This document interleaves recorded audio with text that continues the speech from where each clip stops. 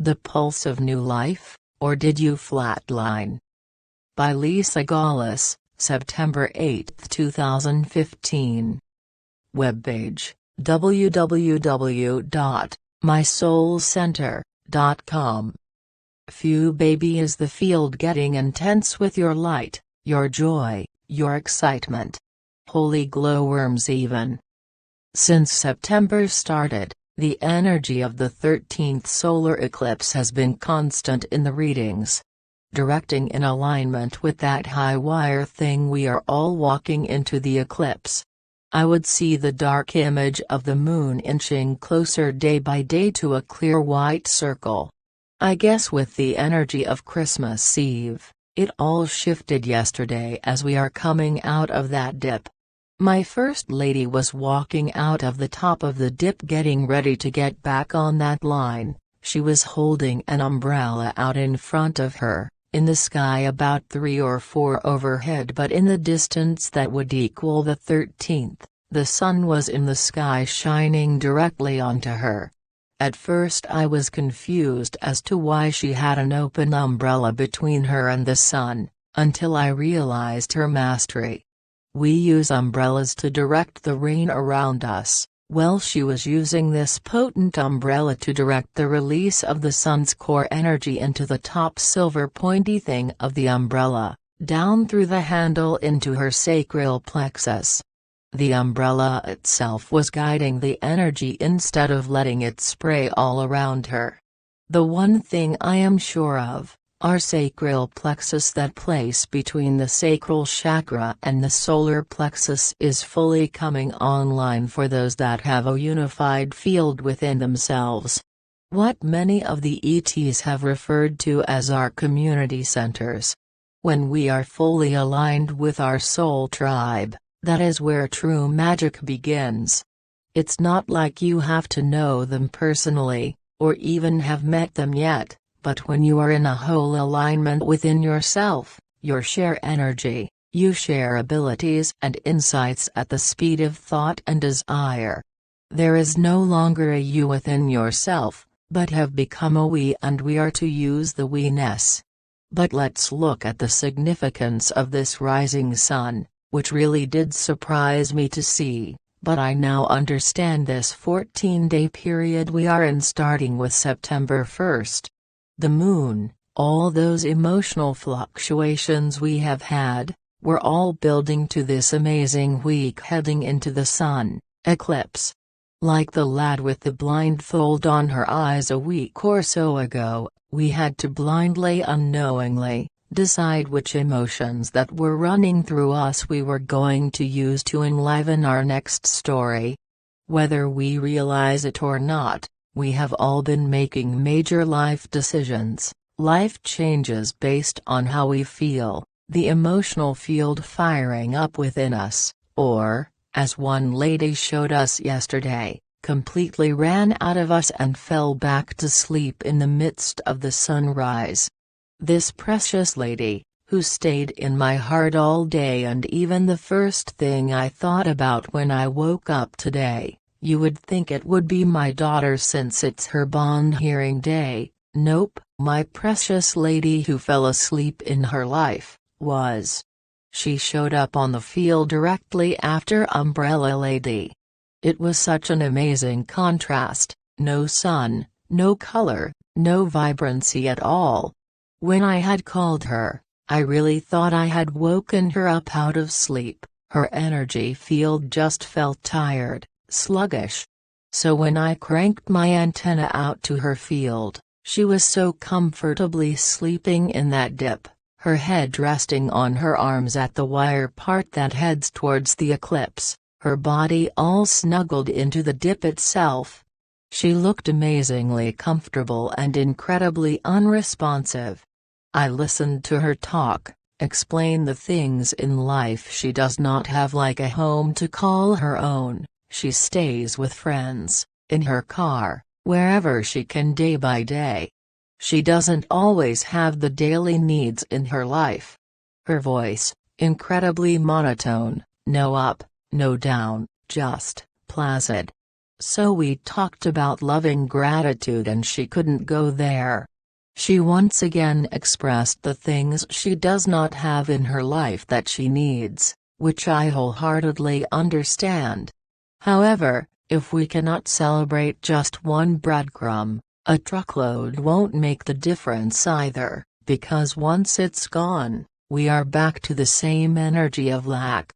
Her team asked her what she desired, what does she want right now, and with understanding, she gave her daily needs list, but without emotion at all. Very monotone in expression.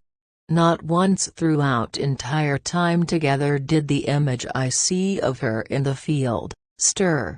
So her team gave her homework and I gave her a free follow-up reading.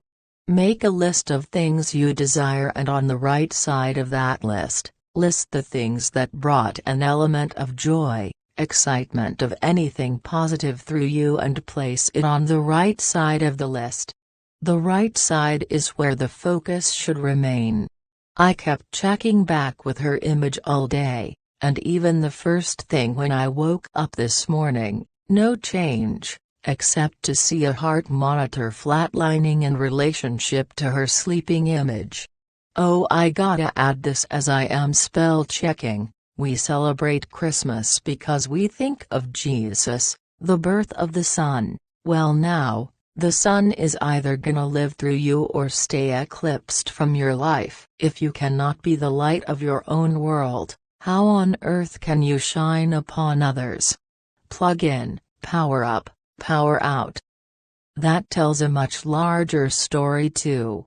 We are the energy of our lives, the pulse in which we keep pace. We are the alignment with the sun or the dark side of the moon. Life begins and ends with us, period. When our focus is on what we don't have, it is like pulling the electrical plug out of the socket, and what we experience is more of that. We are always in choice about how we are going to feel. Always. As I sat down to write this morning, this precious lady on my heart as well as my daughter, I get such an interesting example of the charge of life, the charge of change if we use it for all it's worth. I remember in 2002 when my then 11-year-old daughter and myself landed in the Salvation Army homeless shelter. What trip that was. To this day, I don't give them a penny. I was pissed at my spiritual team for landing me in that hellhole, coupled by the fact, there were I think 9 families there and not a stitch of toilet paper in the whole joint, no napkins either.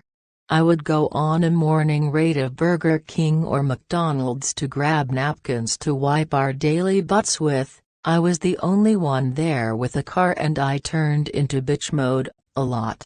My daughter one day said, "Mom, stop that, be grateful we are not sleeping in the car and have food to eat." We spent our first homeless night in a car and was woken up at 5 a.m. by a creepy man at our window. Well, shut me down, will ya? It took me a whole week to find gratitude, but I found it with the instance of my daughter back then. And now that same little girl is sitting in jail for I think the 4th or 5th time in a year, a massive choice point in this stunning time on Earth. Every human on the face of this earth is in that choice point, on that high wire thingy going into the eclipse. This can be the changing point or the drowning point of your personal life, depending on how you choose to feel. And feeling is a choice. Sometimes a very focused, determined choice. I talked to my daughter yesterday and she told me she had a really rough emotional day the afternoon after we talked. She was overcome with sadness and worry about going home. She chose to lay in her bed and find a way to change the way she was feeling. She said she asked her guides to help her, to give her validation that she will go home, and then, she thought about her fight song and decided to put the radio on, hoping to hear it. I had already printed her out the lyrics, So even when it's not playing on the radio, it could still play in her heart. She said within 8 seconds of turning on the radio, the fight song came on. Her sadness went away and awe washed over her. So if I can ask everyone to send their love light, their light of hope to my beautiful sleeping lady, that would be so appreciated on all levels. So my next lady showed up jumping rope, as she was coming out of the dip. Her clothing a luminescent yellow, her soul, sun energy radiating outwards. Her jump rope was showing she was putting the purposeful energy outwards into the desires of her life. Think about jump ropes, they work by grasping the handles in your hands, and the looping overhead and under feet is closing out old cycles and firing up new ones. With it all, was the purposeful rhythm of her feet lifting off the ground and bouncing back down as she jumped rope, but too, it was a rhythmical pulse of energy going outwards into her new life.